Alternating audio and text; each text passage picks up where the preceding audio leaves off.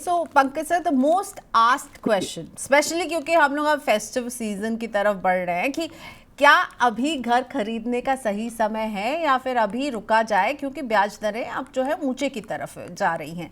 सो आप क्या एडवाइस करते हैं, क्योंकि ये हमारे से भी सबसे ज़्यादा पूछा जाता है कि अब इस फेस्टिवल सीजन में घर खरीदें या नहीं। आप क्या कहेंगे, क्या करें बायर्स अभी?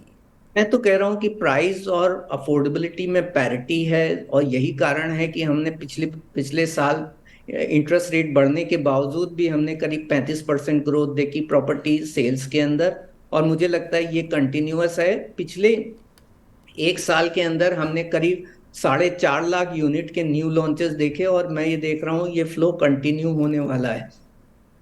और इंटरेस्ट दरों का जो है प्रिडिक्शन जो है वो किसी के हाथ में नहीं है। जिस तरीके से मैक्रो इकोनॉमिक इन्वायरमेंट बिहेव कर रहा है, अगर आप देखेंगे कि पिछले 2-3 महीने पहले हम लोग सोच रहे थे शायद इंटरेस्ट रेट फिर से गिरेंगे, लेकिन उसके बाद जिस तरीके के इन्फ्लेशन हिट हुआ तो वापस बढ़ गए। तो मेरे हिसाब से प्राइस अगर प्रोडक्टिव है और आज आप घर खरीद सकते हैं तो ये आपके लिए बेस्ट टाइम है टू परचेज। और ये सप्लाई ड्रिवन मार्केट है। ये ये सप्लायर ड्रिवन मार्केट नहीं है जहां पे बिल्डर अपना प्राइस बहुत ज्यादा बढ़ाएंगे, और ये स्पेकुलेटिव मार्केट नहीं होने होता हुआ दिखाई देता है। तो ऐसा नहीं है कि आप एक अपॉर्चुनिटी खो रहे हैं, लेकिन आपके पास आज का मौका जो है, अगर आप घर खरीद सकते हैं, आप अफोर्डेबल कर सकते हैं, सप्लाई अच्छी है, न्यू लॉन्चेस आ रहे हैं, बिल्डर स्कीम्स दे रहे हैं, तो ये फेस्टिव सीजन बेस्ट सीजन है, आप घर खरीदिए। ओके। ये पीरियड नहीं है जहां पे मैं देख रहा हूँ आउटलुक जो है वो प्राइस करेक्शन का है। रेरा आ गया है तो एग्जीक्यूशन रिस्क भी कम हो गया है। आई सी प्राइस यहाँ से प्रोडक्टिव हैं, बढ़ेंगे, तो आप इस रफ्तार को क्यों छोड़ें। तो ओके। मैं तो सोचूंगा कि आप जरूर खरीदें। ओके, सो जिस आपको अगर कोई घर पसंद आ रहा है, ये मत सोचिए कि इंटरेस्ट रेट कम होंगे या प्राइसेस कम होंगे। अभी पंकज सर कह रहे हैं this is the right time. Pankaj sir, मैं कुछ अब लोकेशंस पर आपसे बात करना चाहूँगी, और स्पेशली मैं फोकस करूँगी दिल्ली एनसीआर और मुंबई के इलाके, जहाँ बड़ी तादाद में लोग रोज़गार की तलाश में अपने छोटे छोटे शहरों से पहुँचते हैं, और यहाँ जब वो कोशिश करते हैं यहाँ पर आकर के बसने की, यानी अपने बजट में अपने लिए घर ढूंढने की, तो किन इलाकों पर उनकी नजर रहनी चाहिए? पंकज, पहले दिल्ली एनसीआर के बाद घर खरीदने के लिहाज से यहां कौन से वो उभरते हुए लोकेशंस हैं, डेवलपिंग लोकेशंस जिन्हें मैं कहना चाहूंगी, जहां घर आपको अलग अलग बजट रेंज में मिल सकता है? और कुछ बजट की रेंज और कुछ लोकेशंस के बारे में बताइए, दिल्ली एनसीआर की अगर बात करूं।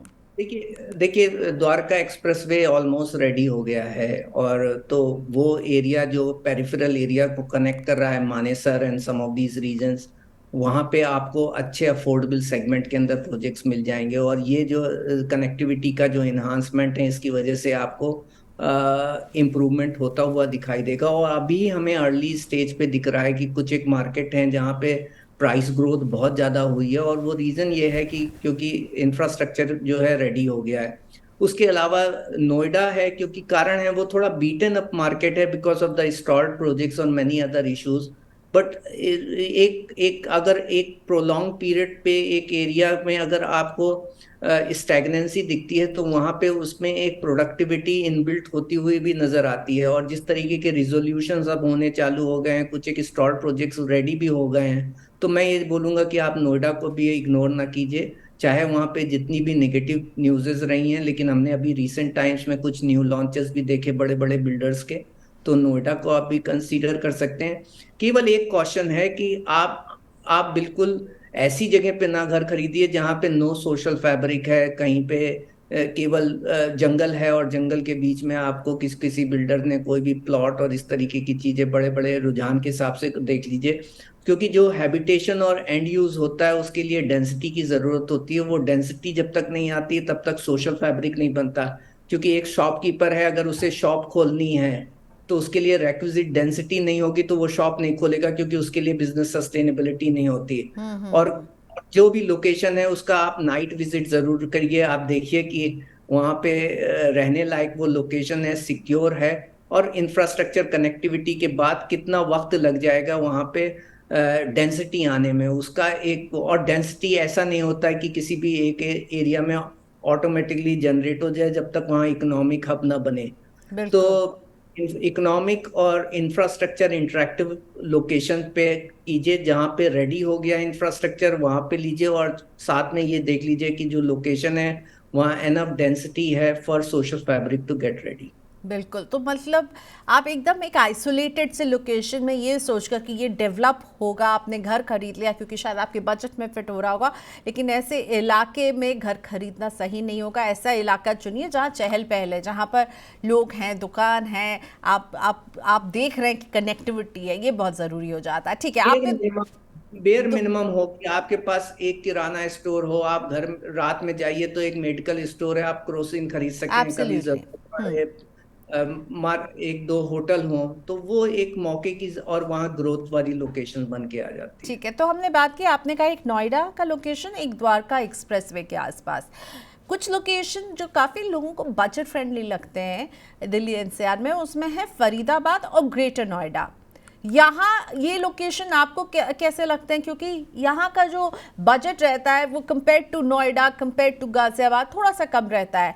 आपको क्या लगता है, फरीदाबाद और ग्रेटर नोएडा अपकमिंग एरियाज हैं इस दिल्ली एनसीआर में?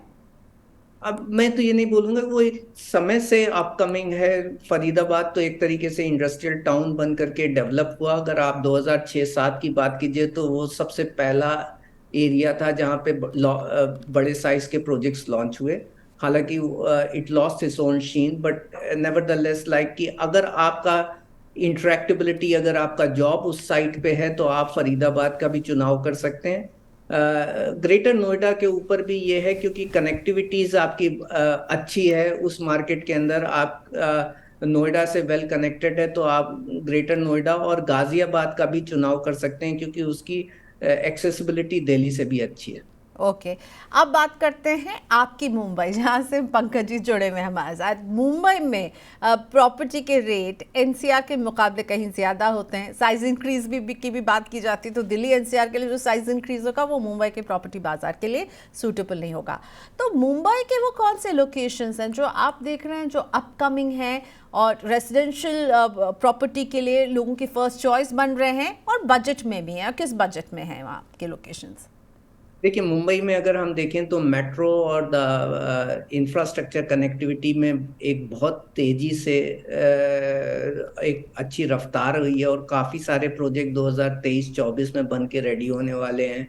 मेट्रो की भी कनेक्टिविटी, तो कई जगह जो पेरिफेरल एरियाज हैं, स्पेशली जो नवी मुंबई एरिया है जहाँ ट्रांस हार्बर के थ्रू आपकी कनेक्टिविटीज बढ़ रही है, तो ये सारे एरियाज हैं, यहाँ पे आपको ग्रोथ मिलेगी। और नवी मुंबई के जो सेक्शंस हैं और पनवेल रायगढ़ का सेक्शंस है, इसमें आपको एक डिस्ट्रीब्यूटेड प्राइस रेंज मिलता है जहाँ डेवलप लोकेशन टू डेवलपिंग और लिटिल लेस डेवलप लोकेशंस अगर हम देख लें तो उसके अंदर आपको प्राइस की का वेराइंसेस जो है आपको 25-30 हजार से लेकर के 4-4.5 हजार रुपए के रेंज में मिलता है। तो आपको अफोर्डेबल से लेकर के लग्जरी सेगमेंट तक का प्रोडक्ट का डिस्ट्रीब्यूशन मिल रहा है। तो मेरा सबसे ज्यादा रुझान उस तरफ रहेगा।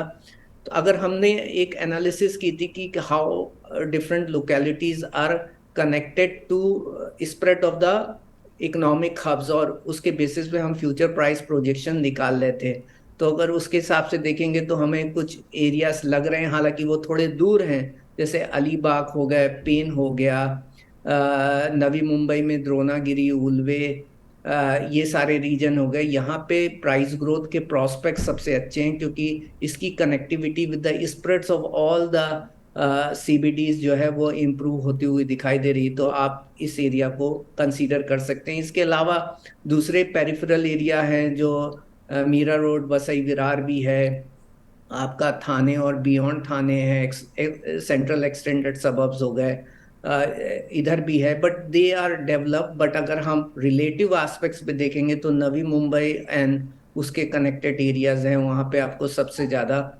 इन्फ्लुएंस होता हुआ दिखाई देगा इन इंफ्रास्ट्रक्चर और इकोनॉमिक हब्स का। सो पंकज, अगर किसी को अपने बजट में घर खरीदना है तो आपको लगता है कि peripheral areas could be a good answer, लेकिन उसकी कनेक्टिविटी बहुत इंपॉर्टेंट हो जाती है? Connectivity and habitation.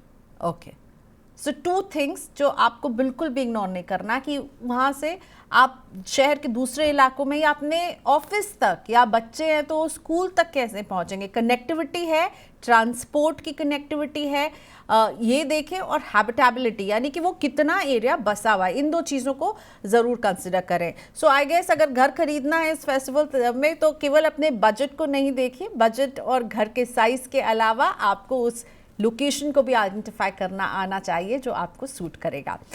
Thank you so much Pankaj sir, आज आपने वक्त निकाला मनी 9 के लिए, शुक्रिया आपका।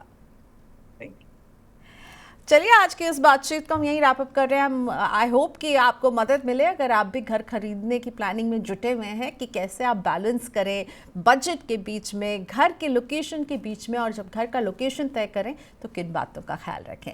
आज के लिए इतना ही, मुझे दीजिए इजाज़त। कल होती है मुलाकात हेलो मनी 9 में शाम को 4 बजे। कल हम बात करने वाले हैं एनपीएस पर। जी हाँ, रिटायरमेंट के लिए नेशनल पेंशन सिस्टम का निवेश कैसा है, इस पर हम बात करेंगे। तो एनपीएस से जुड़े सवाल फटाफट हमें भेजिए। कैसे भेजना है, आप हमें व्हाट्सएप कर सकते हैं 9311121874 पर। आप हमें ईमेल कर सकते हैं money9query@tv9.com पर, और साथ में फेसबुक, यूट्यूब या ट्विटर पर भी आप मेरे साथ जुड़कर अपने सवाल भेज सकते हैं। बस ध्यान रखिएगा कि अपने सवाल को आप जितने अच्छे तरीके से लिखेंगे, हर पहलू को हमें समझा पाएंगे, अपनी उम्र बता पाएंगे, अपने निवेश का लक्ष्य बता पाएंगे, हमारे एक्सपर्ट उसे उतनी ही अच्छी तरीके से समझकर उसका जवाब दे पाएंगे। तो आज के लिए इतना ही। money9.com ये है मनी 9 की वेबसाइट, इस पर ज़रूर जुड़िए। पर्सनल फाइनेंस की खबरों को पढ़ने के लिए, उनको समझने के लिए 7 भाषाओं में money9.com है आपके लिए।